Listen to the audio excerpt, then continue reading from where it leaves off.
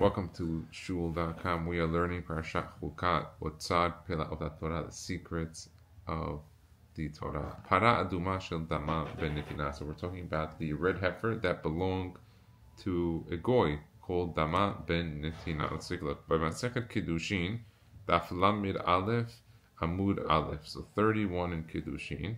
Ubiyushalmi in Kiddushin Perek Aleph Halacha Zayin. Uva hasippur yadua midama ben NETINA. Goy me'ir Ashkelon.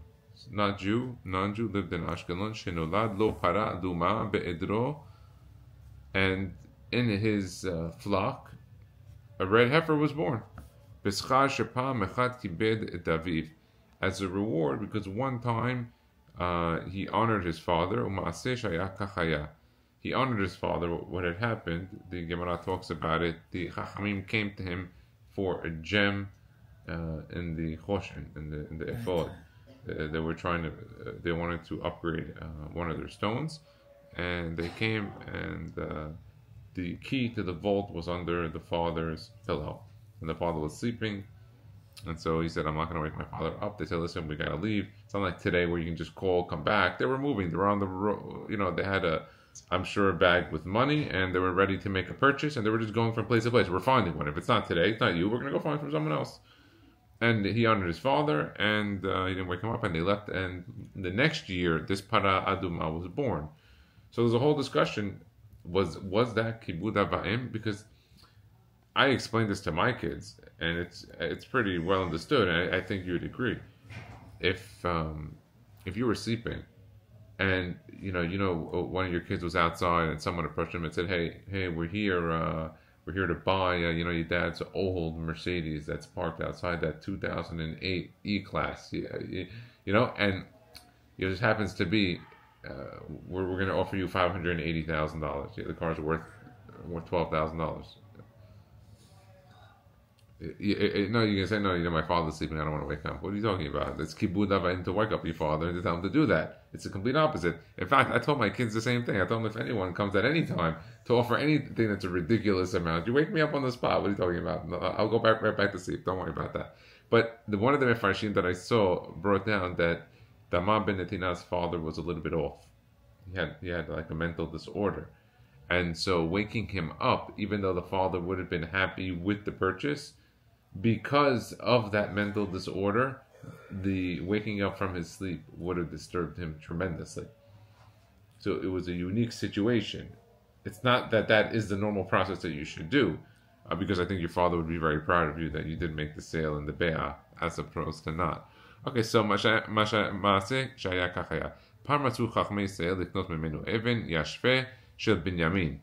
And the stone, by the way, that they were looking for, the Chachamim, when they went to him, it was the Yashefeh of Binyamin, his stone.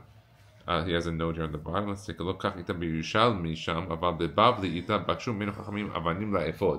So in one place in the Gemara it says it was stones for the ephod. One says it was the stone for Binyamin, the Yashefeh. וכן עולה מדברי הבבלי שביקשו כמה אבנים ולא רק אבן אחת כגרסת הירושלמי. Some say it wasn't even one stone, it was multiple stones they were looking to upgrade. It seems from here that from time to time they upgraded the stones and the garments of the Kohen Gadol to better items. So it seems that this stone, the Yashefeh, wasn't being upgraded, it had fell out. It was missing. So they were under, duress to have it replaced right away at any cost.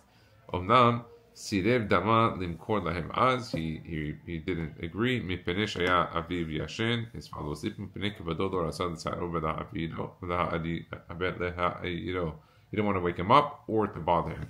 B'schar zot, for this reward, Natan lo HaKadosh Baruch Hu secharo, gave him a reward. By us, the reward is in Olam HaEmet. Here, he gave him the reward in Olam HaSeh. Shana achet, next year, Nodalo Para Aduma Betro, he had a red heifer. V'nechnesu Chachamay Yisrael, it's still liknot memeno Para Aduma. The rabbis came to buy this Para Aduma. Just as a side note, there were only 9 in history that were perfect, that were used from the time that we had the Para Duma until the time of the Second Temple destruction, almost 2,000 years ago.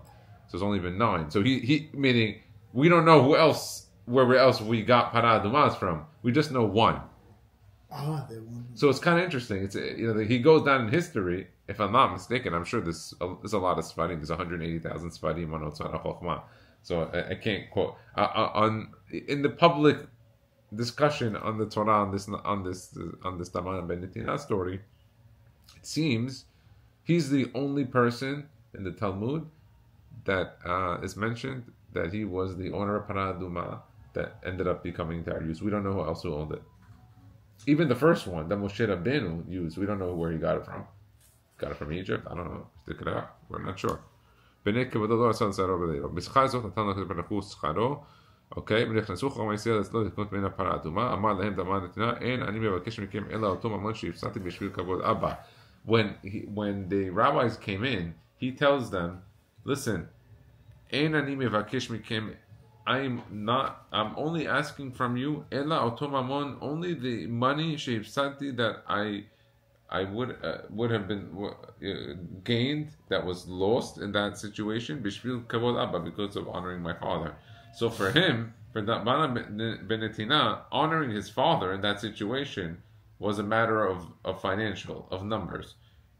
The next year when the Chachamim came, he said, listen, he didn't just say, let's negotiate, this is a new deal. He said, whatever I lost, because I don't know what you were going to give me. And you have to look at the story that way, more than you just like think, oh, he just said, give me whatever you're going to look. He was saying, listen, I don't know what you were going to offer me. You came in, you said you wanted some stones. I don't know what stone. My dad was sleeping. We had a small conversation. I don't know what else happened. This conversation, by the way, with DAMA ben NETINA, the stones, could have been a 5 or 10 minute discussion. Could have been, hey, we know he has stones. They come to see him. He goes to wake up his dad. He leaves. He don't know anything more than that. The next year when he has a Para Duma and they hear about it and they come back, he says, listen, I don't know what you were going to offer me. We didn't have the second part. There was no discussion, hey, I'll give you this, and come back, we'll have shaklat taniyat. There was nothing. So he just says, listen, whatever I lost in that case, you know the number. Whatever was the maximum number, you guys are honest. You're hachamim, you're the rabbis of the Talmud. You're the most honest, you're the emet. Whatever you wanted to give me, your maximum number, just give me whatever that was that I feel like I lost, and I'll be okay. And Rabbi Mansur brought a great point on it. This is why he actually did have so much respect of his father. To him, it was a figure. The moment you give him the number, lost by a Jew, he says, no, I was able to honor my father. Now also I got this thing. We never would consider it as a loss because I did it. But he saw it, I honored my father, but it came at a loss of money. By us, no, we would honor our father, and it would not be a loss. That wasn't my money. God never wanted me to have that. That was never mine to begin with. It's a different approach. The ben DAMA NETINA, the way of the Goyim at the time, because there were those other religions weren't. They were pagans at the time. And so that's an interesting point.